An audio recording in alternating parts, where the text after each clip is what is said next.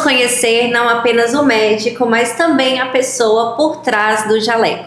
E hoje é uma pessoa muito especial para mim, mais para frente vocês vão entender o porquê. Vamos conhecer um pouco da sua trajetória, da sua vida pessoal, dos seus desafios enfrentados. Bom, Dr. Luiz Eduardo Moreno é médico, formado no exterior, na Bolívia, revalidou seu diploma através da tão temida prova do Revalida. Atualmente exerce a profissão nos estados da Bahia e do Piauí, atua na atenção primária, no serviço de urgência e emergência, e eu particularmente gosto de chamá-lo de meu amor.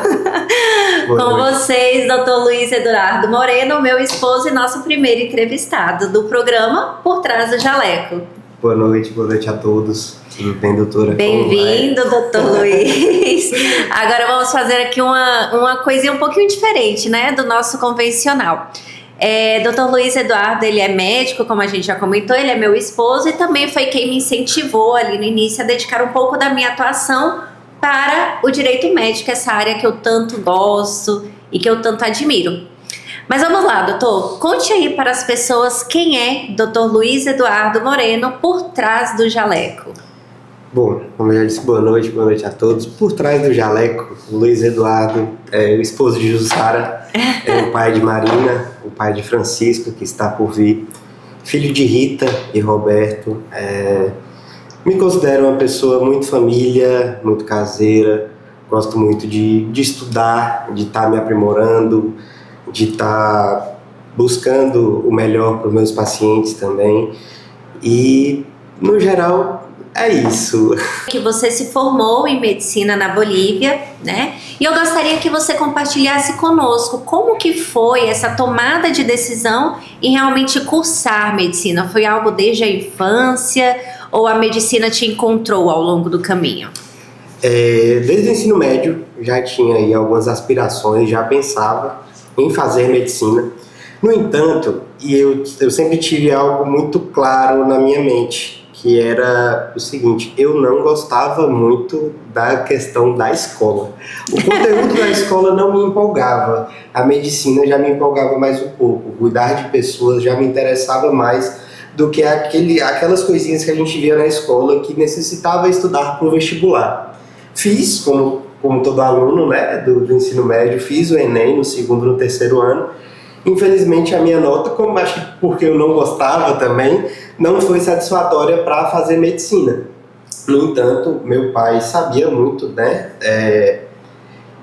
desse desejo que eu tinha pela medicina, e em função de um primo que estudava na Bolívia, já estava, acredito que no terceiro ano, ele me fez a proposta de ir para a Bolívia.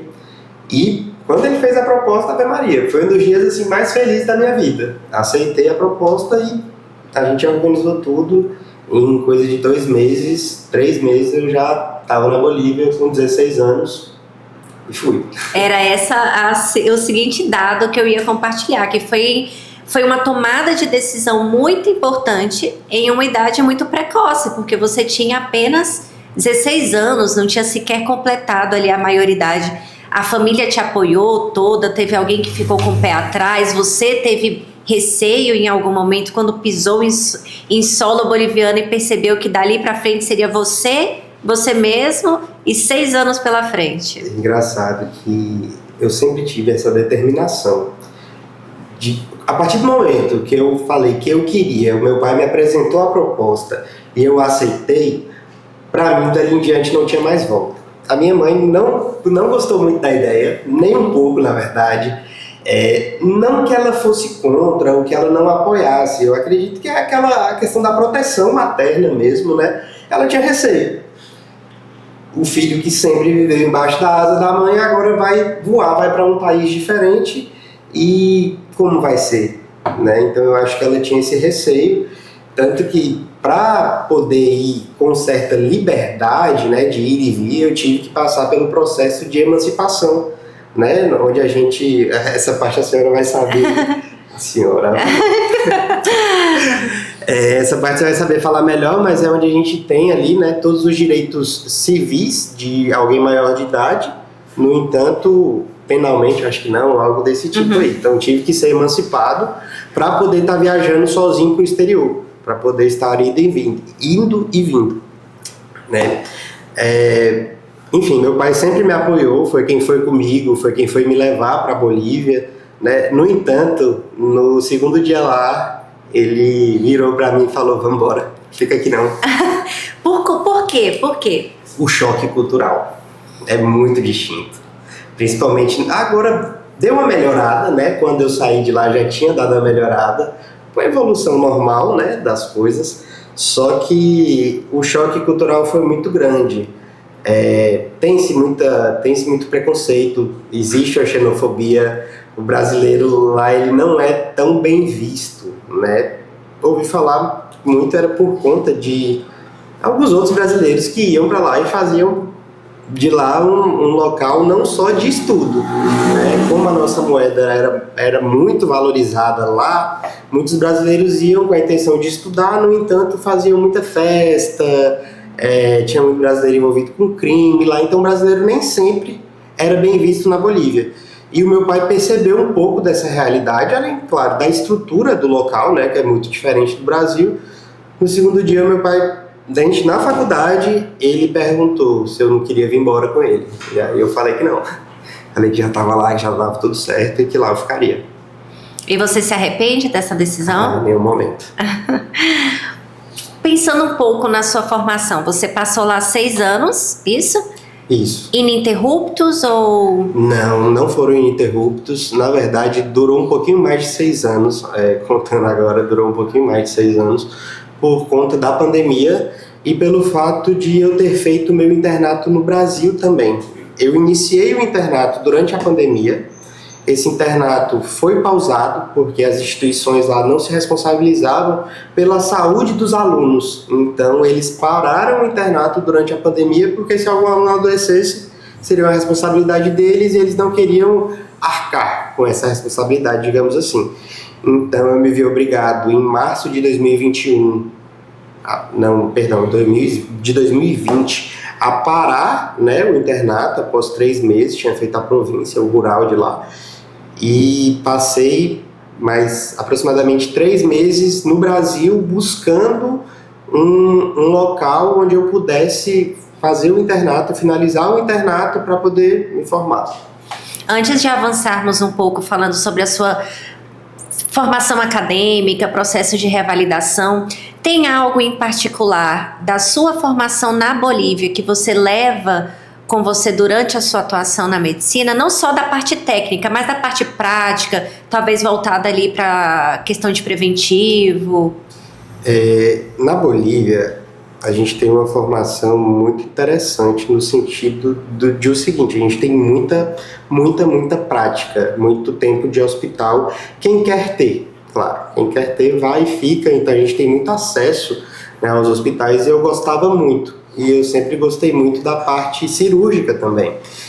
E tanto que o título em espanhol, né, é de médico cirurgião, porque a gente tem uma alta carga horária na questão de cirurgia.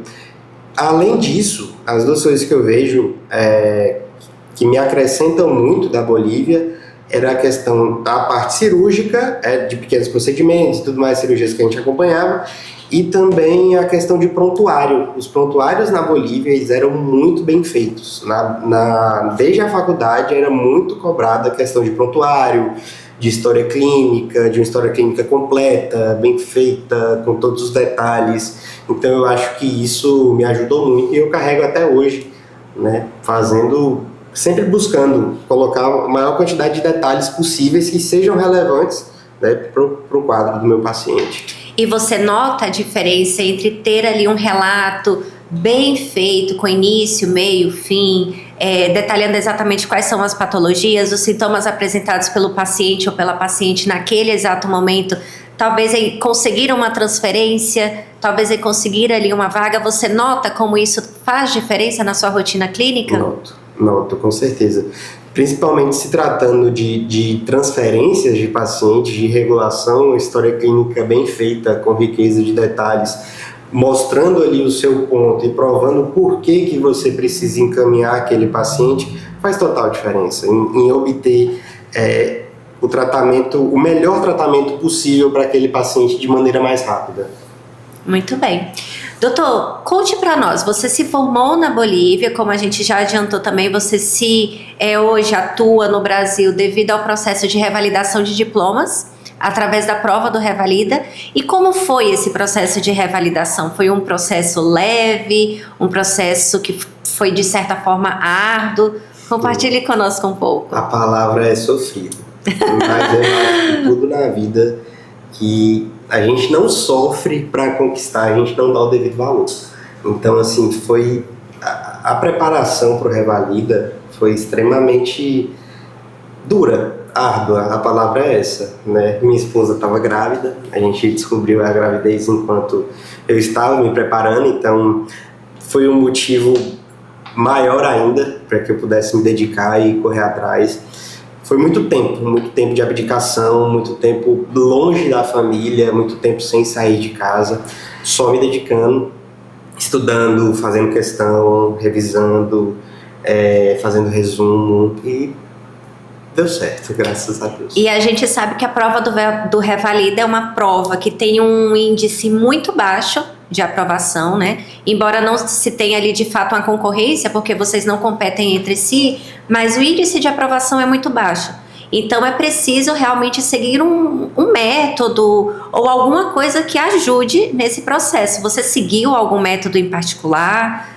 Como que foi? Não tinha um método em particular, tinha muitas horas de estudo, né? Começava muito cedo e parava muito tarde, não tinha descanso. Para a primeira fase, o meu foco era principalmente resolver questões e preencher as lacunas que eu via que faltavam para mim.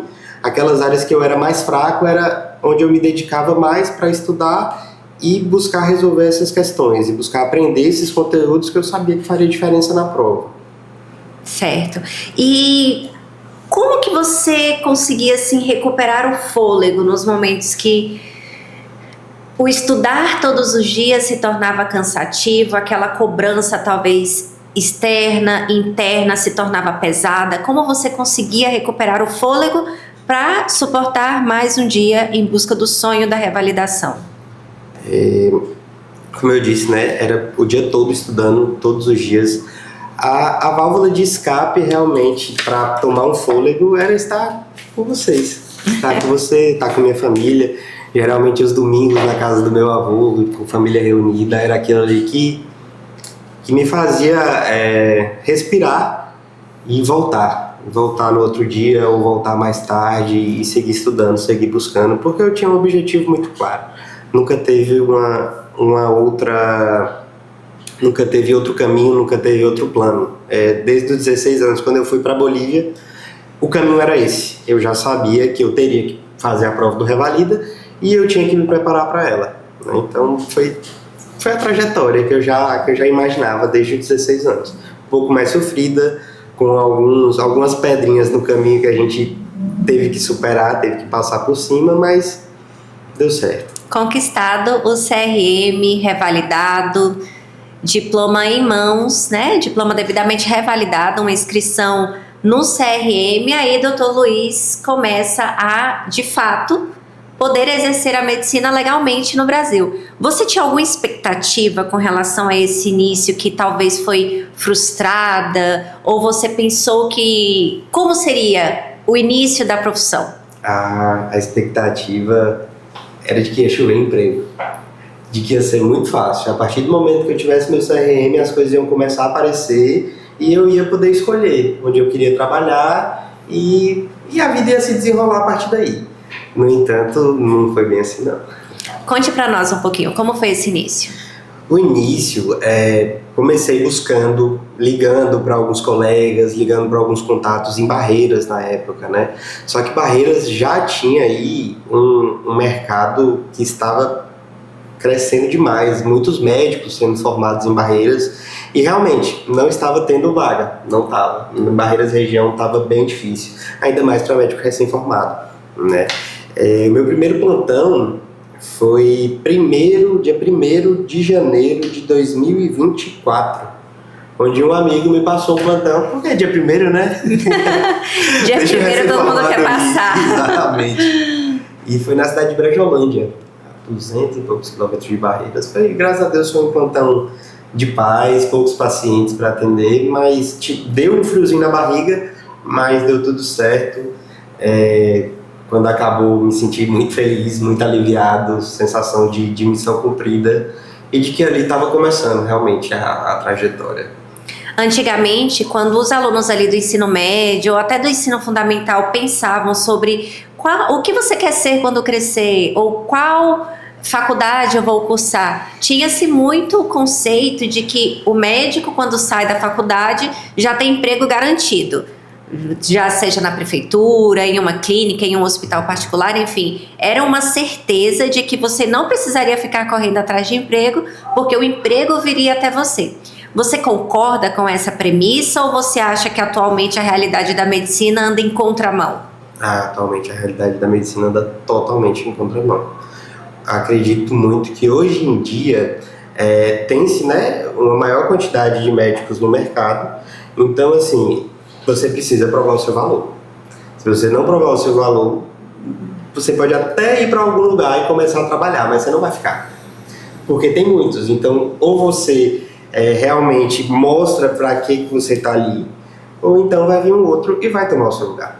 A realidade hoje da medicina é essa. Hoje você trabalha, como a gente mencionou, na Bahia, como médico em atendimento de urgência e emergência, atua também na atenção primária, através do programa Mais Médicos, certo? E como você se vê daqui a 10 anos? Como que segue a continuidade da sua formação? Como você se vê profissionalmente? Daqui a 10 anos eu me vejo cirurgião. Cirurgião. Meu objetivo é fazer a residência de cirurgia. Estamos em busca, seguimos estudando, o médico nunca para de estudar, mas nesse momento o meu foco tem sido também nos estudos para residência, né? No entanto, eu estou também finalizando a pós-graduação em Medicina da Família e Comunidade, que é algo obrigatório no âmbito do programa Mais Médicos, né? Estou há 2 anos atuando, e então a gente faz esse programa de educação continuada, e meu objetivo também, em breve, é obter o RQE de Medicina da Família e Comunidade através da prova de título. Muito interessante. Falando sobre o programa Mais Médicos, o que você acha do programa? Você gosta? Você acha que é um programa que está bem consolidado, que traz benefícios para os médicos? O que você acha? Para a população também, né? Eu acredito que é um programa que traz muitos benefícios para a população. Também tem a questão da segurança, né, financeira para os médicos, por ser um programa federal, né, tem todos os benefícios de ser apesar de ser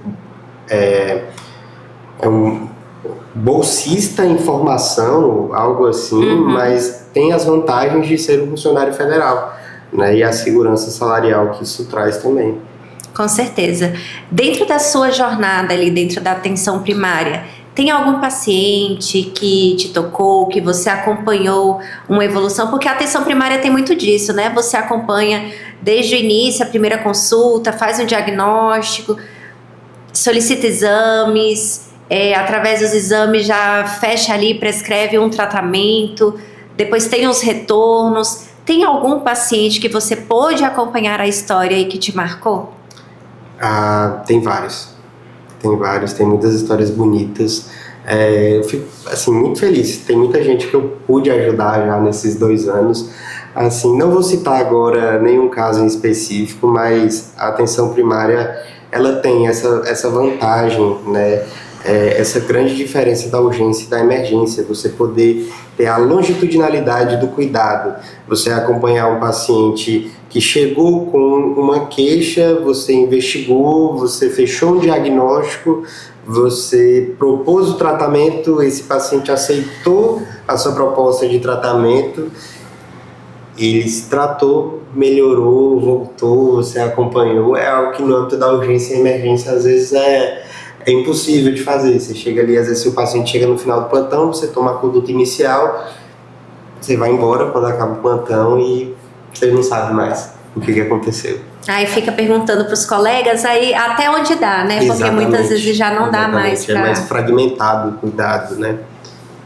E tem algum cuidado que você tomava, que você não tomava no início da profissão, no início da sua carreira, no exercício profissional, e que hoje você toma? Me refiro, por exemplo, à questão de prontuário, à questão de história clínica, até mesmo contato com o paciente. Existe algum cuidado em específico que você não tinha no início e que hoje você fala, não, isso daqui é importante, eu preciso fazer? Principalmente a questão do prontuário. O prontuário, eu sou suspeito para falar, minha esposa é especialista em direito médico, tem sempre essa cobrança, né, em relação ao prontuário, mas eu pude ver, depois de algumas experiências, que faz a diferença. Inclusive, já tive prontuários que me livraram, né, de judicialização dos casos e tudo mais. Então, assim, para mim o cuidado com o prontuário ele tem que ser extremo e é imprescindível. E ao seu ver, o que é um prontuário completo? Um prontuário completo é aquele que ele tem uma ordem cronológica, que ele narra adequadamente todos os fatos, que ele elenca os principais problemas ali encontrados, né? As condutas médicas tomadas diante daquele quadro clínico e também se houve algum tipo de interferência ou algum tipo de negativa da família quanto à aceitação ou não de um tratamento, aceitação ou não de uma transferência que você julgou ser urgente ali e por algum motivo a família achou que era melhor esperar, sabe? Essas coisas são extremamente importantes e devem estar todas relatadas em prontuário. Já aconteceu de você, por exemplo, sugerir uma transferência e o paciente ou algum familiar se negar? Já. E o que fazer em situações como essa? O que é o correto a ser feito? Olha, esclarecer. Primeiramente esclarecer, chamar a família, conversar, esclarecer todos os fatos, esclarecer os riscos, né, de não aceitar aquela conduta proposta, o que pode acontecer dali em diante a partir daquilo e relatar em prontuário. Porque não tem outra coisa a ser feita. Não pode ser algo ali que seja coercitivo, né? Realmente tem que... A autonomia do paciente tem que ser, sobretudo, respeitada. Que conselho você daria para o Luiz Eduardo, primeiro dia de plantão, primeiro dia de consulta, o Luiz Eduardo, primeiro dia trabalhando, o Luiz Eduardo de hoje dando um conselho para o Luiz Eduardo lá de trás? Qual seria? Essa pergunta é difícil. Mas 2 anos após...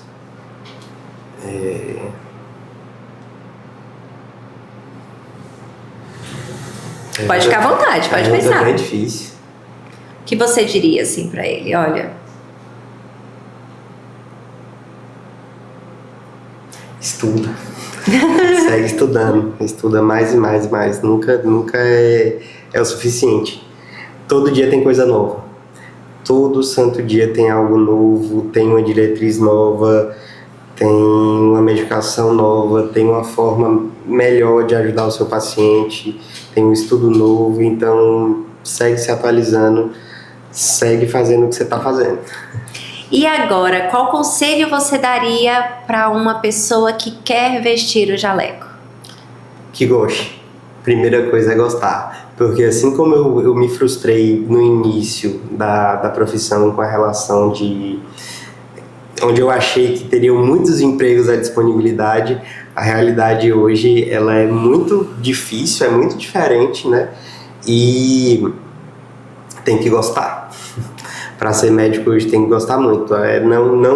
Não é só flores, né? O financeiro, não vou dizer que é ruim, realmente é bom, mas a responsabilidade é extremamente grande, as noites sem dormir são muitas, são vidas ali, né, nas nossas mãos, então é uma responsabilidade gigantesca. Então, assim, eu não romantizo a medicina, ela é árdua, ela é sofrida no âmbito da urgência e emergência, principalmente a gente vê muita coisa ruim, né, passa pela gente, então tem que estar preparado tanto para tratar, para aliviar, para conversar, né, tudo isso tem que estar pronto. Se você pudesse voltar atrás, você ainda escolheria a medicina? Com certeza, com certeza. E com vocês, Dr. Luiz Eduardo Moreno, Luiz Eduardo, a.k.a. meu marido. E essa é a pessoa por trás do jaleco.